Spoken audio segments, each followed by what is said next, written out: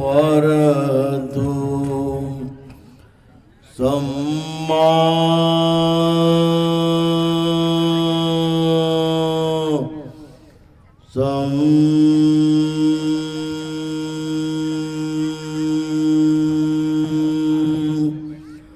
बुद्ध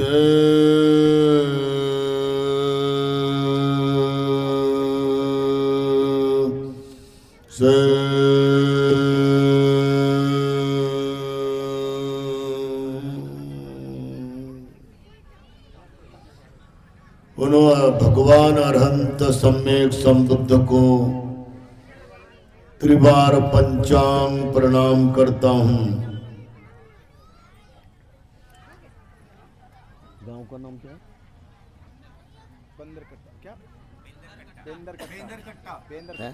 बेंदर कट्टा। बेंदर कट्टा। आज महाबोधि महाविहार का जन संवाद करने का, धम्मध्वज आंदोलन का बेंदर कट्टा इस बड़े कैपिटल गांव में सभी भाई बहनों से और सभी माता भगिनी से बात करने का अवसर मिला है। सभी मिलकर 3 बार साधु बोलेंगे। साधु साधु साधु। महाबोधि महाविहार ये भारत का सबसे बड़ा आंदोलन है और ऐतिहासिक आंदोलन है, क्योंकि ये ऐतिहासिक आंदोलन में विश्व के सभी श्रद्धावंत दायक दायिकाओं का सबसे पवित्र और सबसे महान ऐसा बौद्ध तीर्थ है। अरे पवित्र बुद्ध दर्शन का स्थान होने से यही मुख्य केंद्र आज अपने हाथ में नहीं है, बौद्धों के व्यवस्थापन में नहीं है, बौद्धों के मैनेजमेंट में नहीं है, बल्कि उसमें 5 अबौद्ध है और 4 बौद्ध है। इसलिए अपने हाथ में कुछ भी नहीं, कानून के दृष्टि से भी हमारे हाथ में कुछ भी नहीं। महाबोधि महाविहार का सामाजिक नियम के अनुसार भी और जो सत्ता होती है सत्ता के अनुसार भी हमारे हाथ में कुछ भी नहीं, क्योंकि 4 जो लोग हैं उनको गुमराह करने के लिए ये 5 अबौद्ध लोगों को कुछ भी नहीं लगता, वो किधर भी उनको गुमराह कर सकते हैं। भाइयों बहनों, ये आंदोलन बहुत महत्वपूर्ण है। ये आंदोलन किसी की इमेज को खड़ा करने के लिए नहीं है। ये आंदोलन ऐतिहासिक रूप से इसमें जो डेडिकेट करना चाहता है, इसमें जो सैक्रिफाई करना चाहता है, इसमें जो जान देना चाहता है, उसके जीवन को ये आंदोलन सबसे ऊंचा उठाएगा, सबसे महान बनाएगा, सबसे श्रेष्ठ बनाएगा। शुरू में ये आंदोलन के लिए पूजनीय भंते अनागारिक धम्मपाल ने बहुत लड़ाई की। इतना संघर्ष करने वाला बड़ा भंते जी अनागारिक धम्मपाल श्रीलंका का होने के बावजूद भी उन्होंने किसी से भीति भय नहीं देखा, किसी का दबाव नहीं देखा, किसी की लालच में नहीं पड़ा, किसी के गुलामी में भी नहीं पड़ा, बल्कि वो संघर्ष करते रहा। संघर्ष करने की उनकी जो उम्मीद थी, उनका जो साहस था, वो बहुत बलवान था। कलकत्ता के सुप्रीम हाई कोर्ट तक उन्होंने चले गए। महाबोधि महाविहार में उस समय बुद्ध वंदना होती थी। बुद्ध वंदना में रतन शुद्ध बोला जाता था, करने में शुद्ध बोला जाता था। महामंगल सूत्र बोला जाता था, बुद्धानुसति, धम्मानुसति, संघानुसति, वहां सभी भिक्षु संघ बोलता था। और उस समय जो शंकराचार्य के मठ का जो महंत था, घमेंडगिरी महंत ब्राह्मण, उन गुंडों को पालता था, गुंडों को शिरा और पूरी खिलाता था, गुंडों को 2-2 गिलास दूध पिलाता था, मक्खन खिलाता था। और दूध पीने वाले ये गुंड, ये पूरी और शिरा खाने वाले गुंड पूरे घी का शिरा खाते थे, पूरे घी की पूरी खाते थे वो, और घी का पूरा ये अनाज खाके वो घमेंडगिरी ब्राह्मण महंत हमारे भिक्षु संघ के ऊपर वो पत्थर मारने को लगाता था, वो ईंट के टुकड़े मारने को बोलता था, मारो उनको। तो भंती जी के ऊपर, भिक्षु संघ के ऊपर, उनके सर पर ईंट के पत्थर गिर जाते थे और इस तरह से उनके सर फूट जाते थे। 4 टाके 5 टाके लगते थे, पूरा खून बहता था।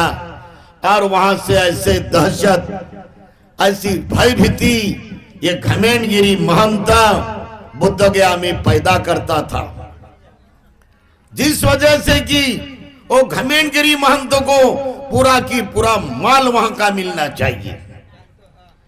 श्रीलंका के श्रद्धावान उपासक उपासिका, बर्मा के श्रद्धावान उपासक उपासिका, थाईलैंड के श्रद्धावान उपासक उपासिका और अलग अलग देश के श्रद्धावान दायक दायिका वहां पर ये चिवर के सेट वहां रखते थे।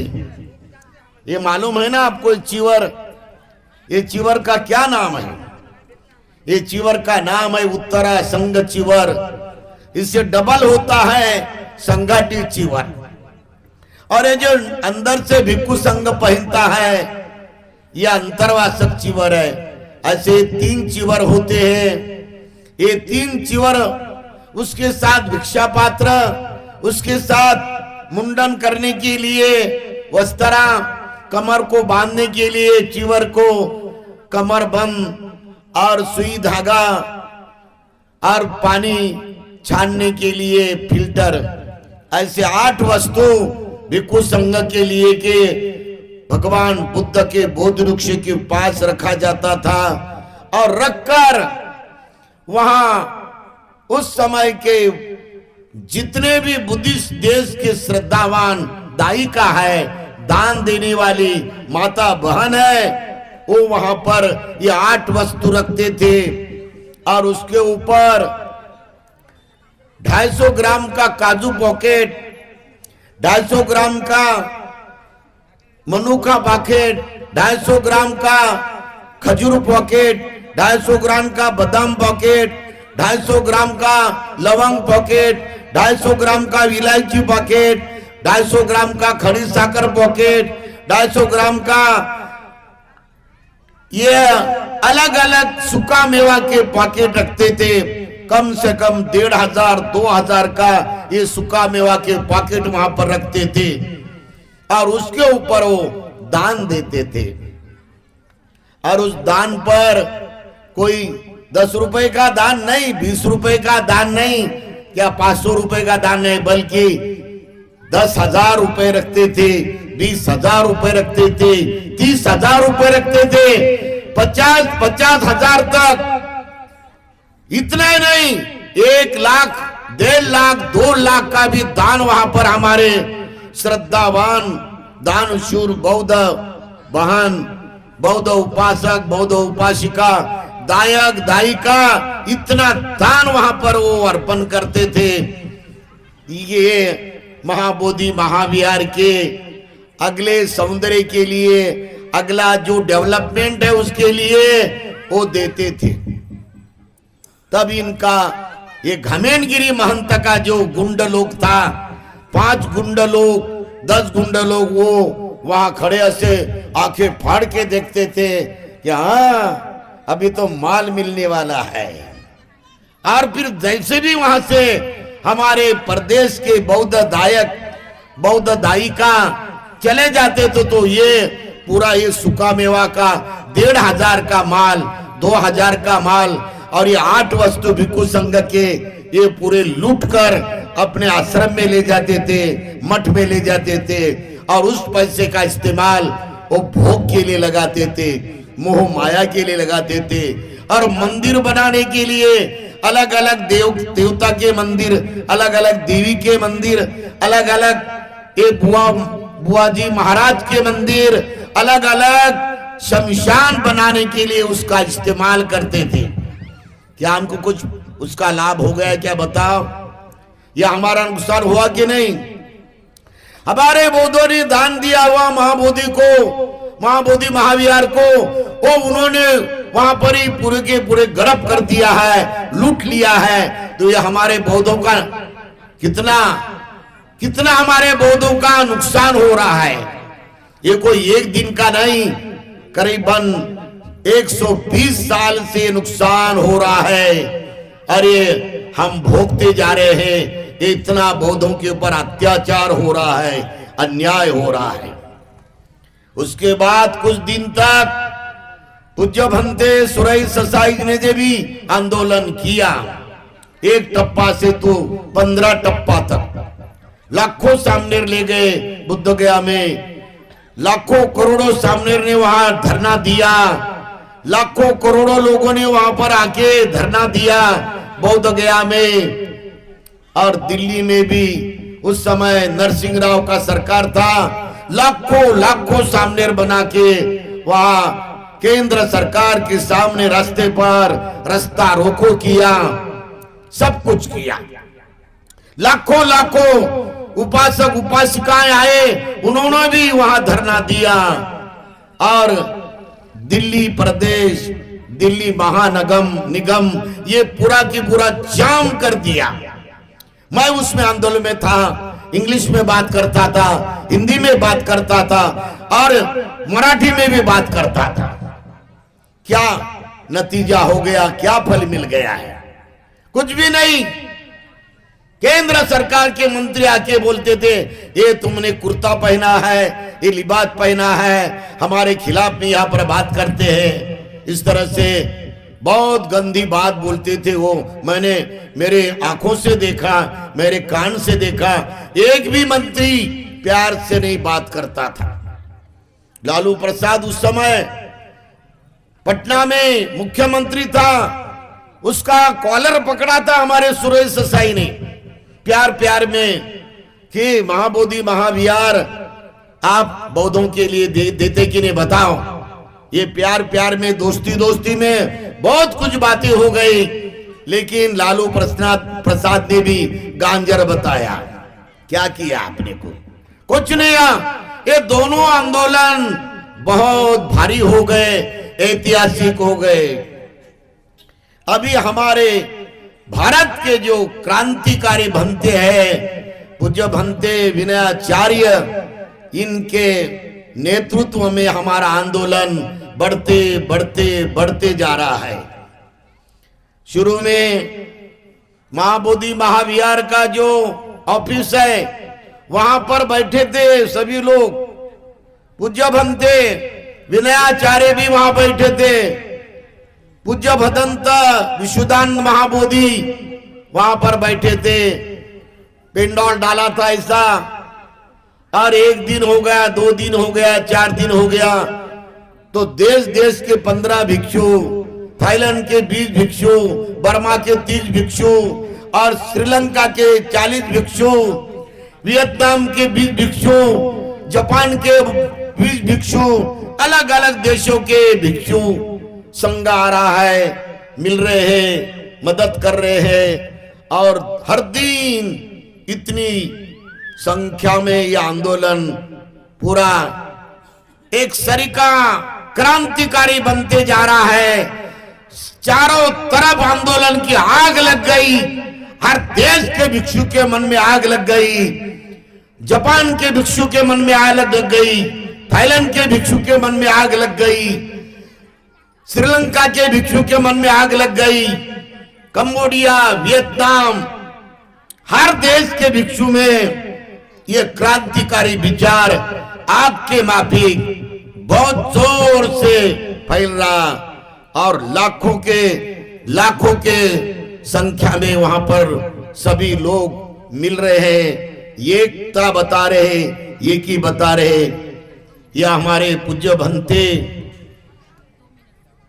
विनयाचार्य जी के साथ पूज्य भदंत विशुद्धानंद जी महाथेरो भी बैठे थे। और ये जब सीएम ने देखा है, नीतीश कुमार उस समय था, कि यह आंदोलन अभी बहुत बड़ा हो जाएगा, तो उन्होंने सोचा कि ये आंदोलन को यहाँ दबाना चाहिए।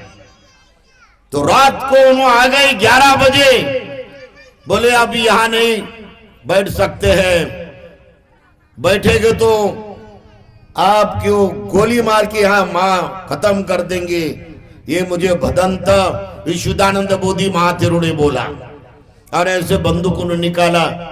ये सभी पुलिस की, लश्कर की पूरी टीम थी, 5 लोगों की, और पेंडाल तोड़ दिया, पेंडाल उखाड़कर फेंक दिया।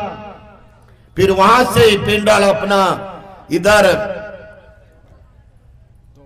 मगध विद्यापीठ के पास में आ गया और वहां पर आंदोलन चालू हुआ। इससे डबल टिबल पेंडाल चलता था महाबोधि महाविहार का, और उसमें भंते विनयाचार्य नेतृत्व करते थे। अलग अलग राज्य के भी उपासक वहां पर आते थे, सबको खाना मिलता था। वहां पर भी हजारों के रूप में लोग आ रहे हैं और भंते जी ने यह आंदोलन अभी तक चालू ही रखा। दीक्षा भूमि से जब पांव से निकले भंते जी, कितने तारों के निकले? मैं वहां से 22 जुलाई को है, 22 जुलाई को जेल से 22 जुलाई से भंते जी निकले विनयाचार्य, तो चैत्य भूमि गए, मुंबई को पांव से चले गए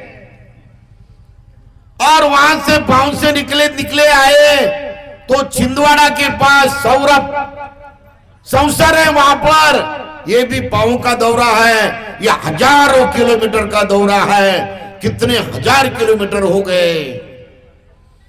ये एक ही भंते जी अपना विनयाचार्य जो पांव से चैत्य भूमि चले गए और पांव से वापिस आया। पूरा महाराष्ट्र घूमकर गांव चले गए, बड़े बड़े जनपद में गए, बड़े बड़े जिले में गए, बड़े बड़े कैपिटल गांव में गए। भंते जी का काम चलते रहा है। और अभी 15 तारीख को औरंगाबाद में मीटिंग थी, और मीटिंग के लिए भी उन्होंने अलग अलग जिले से वो लोग आए, इन्हों भी इधर से अपना दौरा लेके उधर वहां पहुंच गए। और वहां से हम लोग मीटिंग 12 बजे से तो 3 बजे तक खत्म कर दिया। और उसके बाद हमने एक बड़ा नेता कार्यकर्ता सामाजिक भीमराव हाथी मेरे के ऑफिस में चले गए। वहां पर हमारा 1 घंटा चला गया और वहां पर भिक्षु संघ का स्वागत किया। ये आंदोलन कोई मेरा आंदोलन नहीं, ये आंदोलन कोई शाक्य पुत्र का आंदोलन नहीं, ये आंदोलन कोई पूज्य भंते विनयाचार्य का आंदोलन नहीं, ये आंदोलन कोई एक गांव का आंदोलन नहीं, एक संगठन का आंदोलन नहीं, एक ट्रस्टी का आंदोलन नहीं। ये आंदोलन संपूर्ण भारत और भारत के बाहर जितने भी बुद्धिस्ट है, विश्व के बुद्ध पर श्रद्धा रखने वाले, बुद्ध पर विश्वास रखने वाले सभी महान ऐसे श्रद्धावंतों का आंदोलन है। ये त्यागी लोगों का आंदोलन है, ये सिलवान लोगों का आंदोलन है, ये प्रामाणिक लोगों का आंदोलन है, ईमानदार आदमी का आंदोलन है। इसलिए एक आदमी का नाम लेके इस आंदोलन को किसने भी दोष नहीं देना चाहिए, किसने भी इसको कलंक नहीं लगना चाहिए। कोई भी भिक्षु संघ हो, भारत के कोने कोने का, दिल्ली का कोई भिक्षु संघ हो, बुद्ध गया का कोई भिक्षु संघ हो, कोई औरंगाबाद का भिक्षु संघ हो, कोई सारनाथ का भिक्षु संघ हो, इस आंदोलन के लिए उसको ऐसी उंगली नहीं बताना चाहिए, इसको कलंक नहीं लगना चाहिए, इसको अपन दाग नहीं लगना चाहिए, क्योंकि ये महाबोधि महाविहार का आंदोलन है। सच बताया जाए, कानून की दृष्टि से बताया जाए तो ये आंदोलन अखिल भारतीय भिक्षु संघ का आंदोलन है। कारण इसको पहले अखिल भारतीय भिक्षु संघ के जो बड़े बड़े संघ नायक थे उन्होंने उठाया है। संघ नायक धम्मपाल कलकत्ता इन्होंने उठाया है। संघ नायक शासन रश्मि इन्होंने उठाया है। वो अखिल भारतीय भिक्षु संघ के महासचिव थे। संघ नायक पूज्य भदंत डॉक्टर आनंद कौशल्यान इन्होंने उठाया है। संघ नायक भदंत धम्मावीरियो महाथेरो इन्होंने उठाया है। अखिल भारतीय भिक्षु संघ के 7 संघ नायक हो गए, वो उनका कालकत्ता हो गया, वो मृत्यु हो गया। अभी अखिल भारतीय भिक्षु संघ की 7 मीटिंग हो गई है। बुद्धगया में 4 मीटिंग हो गई, औरंगाबाद में 2 मीटिंग हो गई, और अलग अलग स्थान पर मीटिंग होती रही है, लेकिन एक भी निर्णय नहीं हो रहा कि इस आंदोलन में जो पूज्य भंते विनयाचार्य है, अपन सब जाकर बुद्धगया में वहां 5 महीना तक धरना करेंगे, 1 साल तक धरना करेंगे। ऐसा निर्णय अभी तक अखिल भारतीय भिक्षु संघ में नहीं लिया गया। क्या कारण है? जल्दी से जल्द ऐसा निर्णय लेना चाहिए और निर्णय लेके अपना सही त्याग बताना चाहिए। अखिल भारतीय भिक्षु संघ का सही संकल्प बताना चाहिए। हमारे पूज्य भंते विनयाचार्य एक ऐसा नेतृत्व है, ये कानून के दृष्टि से देखा जाए तो उनके पास पूरे कानून की मालूमात भी है और कानून पर वो चलते भी हैं। कानून की उनको पूरी तरह से सूझबूझ है और उन्होंने कानून की दृष्टि से अपनी जिंदगी जीते हैं। ये उनका सबसे बड़ा गुण है। उनके तरफ जब देखते हम लोग, अभी 1 साल से हम देख रहे हैं कि उनके पास जो सम्यक वाणी है, ये उनके चरित्र का और उनके चारित्र का दूसरा गुण है। उनके सम्यक वाणी से सभी कार्यकर्ताओं को जीतते हो। ये प्यार की वाणी, ये निर्मल भावना की वाणी, ये शुद्ध विचारों की वाणी, ये धम्म की वाणी, ये भगवान बुद्ध के ज्ञान की वाणी उनके पास है, इसलिए वो मजबूत है। आंदोलन इतना आग फैलाते रहा कि बुद्ध गया ये कोटि कोटि श्रद्धावंतों का पवित्र स्थल है। तो इसलिए सीएम जो है, इनको लगा कि ये आंदोलन अभी जागतिक रूप लेने वाला है, और इस वजह से सीएम ने हमारे भंती जी को किसी ना किसी कारण से ये अशांति फैला रहा है, ये कानून के खिलाफ में चल रहा है, इस कारण उन्होंने भंती जी को एक दिन अरेस्ट कर दिया। अरेस्ट करने के बाद कोई भी आदमी अरेस्ट होने के बाद वो एकदम दुबला हो जाता है, उसका मनोधैर्य एकदम कमजोर हो जाता है, उनका मनोबल एकदम नीचे आ जाता है। लेकिन हमारे पूज्य भंते विनयाचार्य कितने दिन रहे हैं। आपने इस सरकार के ये जो षड्यंत्र है, सरकार का आंदोलन को दबाने का षड्यंत्र है, इसको उन्होंने सोच लिया, जान लिया, और वो यह आंदोलन के वजह से जब उनको अशांति फैला रहा है, कानून के विरोध में जा रहा है, ऐसा सोच सोचकर ये सीएम जो अपने पटना में बैठा है नीतीश कुमार, उन्होंने 68 दिन तक उनको जमानत नहीं दिया, जमानत देकर बाहर नहीं आने दिया। ये एक सरकार की दृष्टि से आंदोलन को दबोच कर रखने का षड्यंत्र होता है। मेन क्रांतिकारी जो योद्धा होता है, मेन क्रांतिकारी जो भंते होता है, अगर उसको ही दबाया, उसको ही जेल में रखा, तो सब आंदोलन करने वाले बहन भाई, आंदोलन करने वाले देश देश के भिक्षु संघ, देश देश के उपासक उपासिका उस स्थान पर नहीं जाते, क्योंकि वो बोलते कि अविनाचार्य को सरकार ने कब्जे में लिया, अभी आंदोलन अपना बंद हो गया।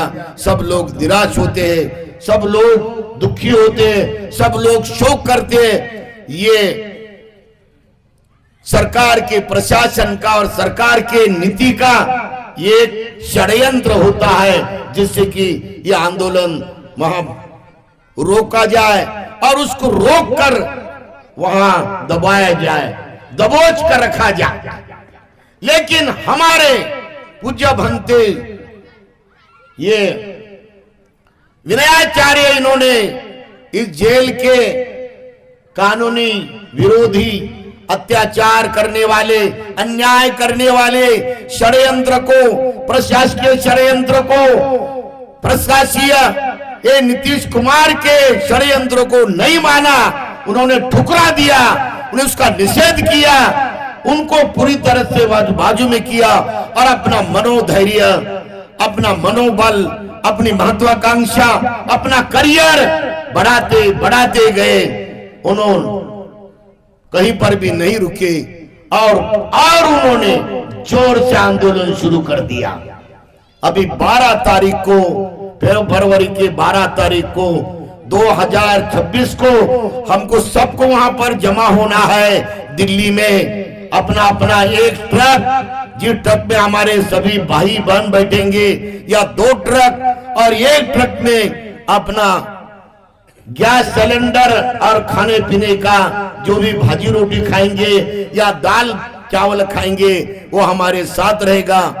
भाइयों, हमारा पूज्य भंते विनयाचार्य सील में पक्का है, हम गारंटी देते हैं, हमने नजीक से देखा है, हमने पूरे दृष्टिकोण से देखा है कि आंदोलन करने वाले आदमी के पास सील की जरूरत होती है, सदाचार की जरूरत होती है, और सदाचार सील उसका रक्षण करता है, मोमेंट का रक्षण करता है, अपने आंदोलन का रक्षण करता है, और वो अपने सील को कभी दाग नहीं लगने देते। सब प्रकार का सील उनका निर्मल है, सब प्रकार का सील उनका निष्कलंक है, सब प्रकार का सील उनका पारदर्शक है, किसी भी प्रकार का सील वो टूटने नहीं देते। यह हमारे आंदोलन की नींव है, यह आंदोलन का हमारा पाया है, और जहां पाया मजबूत होता है वहां आंदोलन खत्म नहीं होता। भाई और बहनों, दूसरी बात है कि बहुत सारे हमारे भारत के लोग, बहुत सारे हमके महातेरो, बुद्ध गया के थेरो महातेरो, दिल्ली के महातेरो थेरो कहते कि विनयाचार्य ये पैसे की लालच में आंदोलन कर रहा है। अगर उनको पैसा ही कमाना था तो ये करने की क्या जरूरत थी? वो खूब घूमते थे देश देश में, वहां से पैसा लाते थे, 1 कोटी 2 कोटी 4 कोटी अपने भाई के पास से। अलग अलग प्रकार के उनके मित्र हैं, तो ये करने की क्या जरूरत थी?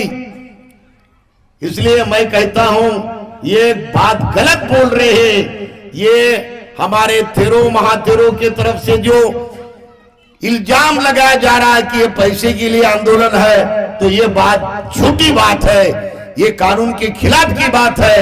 ये बोलने वाले थेरो महाथेरो का गलत बर्ताव है, उनकी ज्ञान की जो ऊंचाई है वो कमजोर है, वो अविद्या में है। और हमारा भंते, पूज्य भंते विनयाचार्य पैसे की लालच में बिल्कुल नहीं घूमता है, पैसे की तृष्णा में बिल्कुल नहीं घूमता है। हम गारंटी के साथ कहेंगे, हम पूरे विश्वास के साथ कहेंगे, तुम कितना भी उनको पैसा दे दो वो आंदोलन को लगाता है। पूरे आंदोलन की व्यवस्था करता है। ये 1 साल से हम उनको पहचान रहे हैं। इसलिए पैसे का आदमी जो होता है, पैसे के पीछे जाने वाला, पैसे के पीछे भागने वाला, पैसे के पीछे रहने वाला आदमी वो गुटखा खाता है, वो मद्य पीता है, वो अलग अलग शौक करता है, वो अलग अलग फिल्म देखता है, ब्लू फिल्म देखता है, अलग अलग शौक करते करते तृष्णा में फंस जाता है, लालच में फंस जाता है। अरे इच्छा पूरी करने के अलग अलग छंदों में, अलग अलग ढंग में वो बहते बहते जाता है। हमारा पूज्य भंते विनयाचार्य ये किसी भी ऐसे विषय में नहीं जाता, ऐसे विषय में नहीं फंसता। वो ना उसमें तृष्णा की बात है, ना लालच की बात है, ना कोई वासना की बात है, ना कोई लोभ की बात है। कोई भी उलझन उनको दबोच कर नहीं रखने वाला है। सभी उलझनों से हमारा भंते विनयाचार्य मुक्त है, ऐसा हम दावा कर सकते हैं। इसलिए हमारा आंदोलन जो है वो बुद्ध गया महाबोधि महाविहार का वे पूज्य भंते विनयाचार्य अखिल भारतीय भिक्षु संघ के नाम से बढ़ा रहा है, आगे बढ़ा रहा है। उसकी आग चारों तरफ फैल गई है। इसलिए भाइयों और बहनों, हम लोग जो 6 जुलाई 1949 को जो एक्ट BTMC जो एक्ट मुख्यमंत्री और प्रशासन ने, बिहार प्रशासन ने लगाया है, उसको खत्म करने के लिए ये सबसे बड़ा नया कदम है, अभी इस जमाने का कदम है। और इस एक्ट को, ये जो 6 जुलाई 1949 का जो एक्ट है BTMC, इसको सबसे बड़ा विरोध हमारे देश के महापंडित राहुल संस्कृत्याय जी ने प्रथम किया था, प्रखर विरोध किया था। लेकिन उस समय के प्रशासन ने, उस समय के मुख्यमंत्री ने उनकी बात नहीं मानी। इसलिए भाइयों और बहनों, हमारे ये आंदोलन के योद्धा, ये सही योद्धा है भंते विनयाचार्य, जो प्रज्ञा से चलते हैं और वो प्रज्ञावान है। ये आंदोलन के प्रज्ञावान धम्म योद्धा है, जो धम्म ध्वज लेके आगे आगे बढ़ रहा है। उनकी पूरी निष्ठा, उनका पूरा विश्वास बुद्ध गया के ऊपर है। और बुद्ध गया महाबोधि महाविहार मुक्त करने के लिए आप सभी लोग जितना त्याग करोगे, जितना मेहनत करोगे, जितनी ज्यादा से ज्यादा हिम्मत बढ़ाओगे, उतना अपना आंदोलन तुम्हारे हाथ से पूरा हो जाएगा। मैं ऐसी मंगल कामना करता हूं और उनको आयु मिलेगी, उनको बल मिले, उनको सुख मिले, ऐसी मैं मंगल कामना करता हूं। वनवड्डको बलवड्डको सुखवड्डको ज्ञानवड्डको पय्यावड्डको तेसं सच्चेन शिलेन कन्तिमेत बलेन च तेऽपि त्वं अनुरक्षन्तु आरोग्येन सुखेन च ते। बोलो साधु साधु साधु।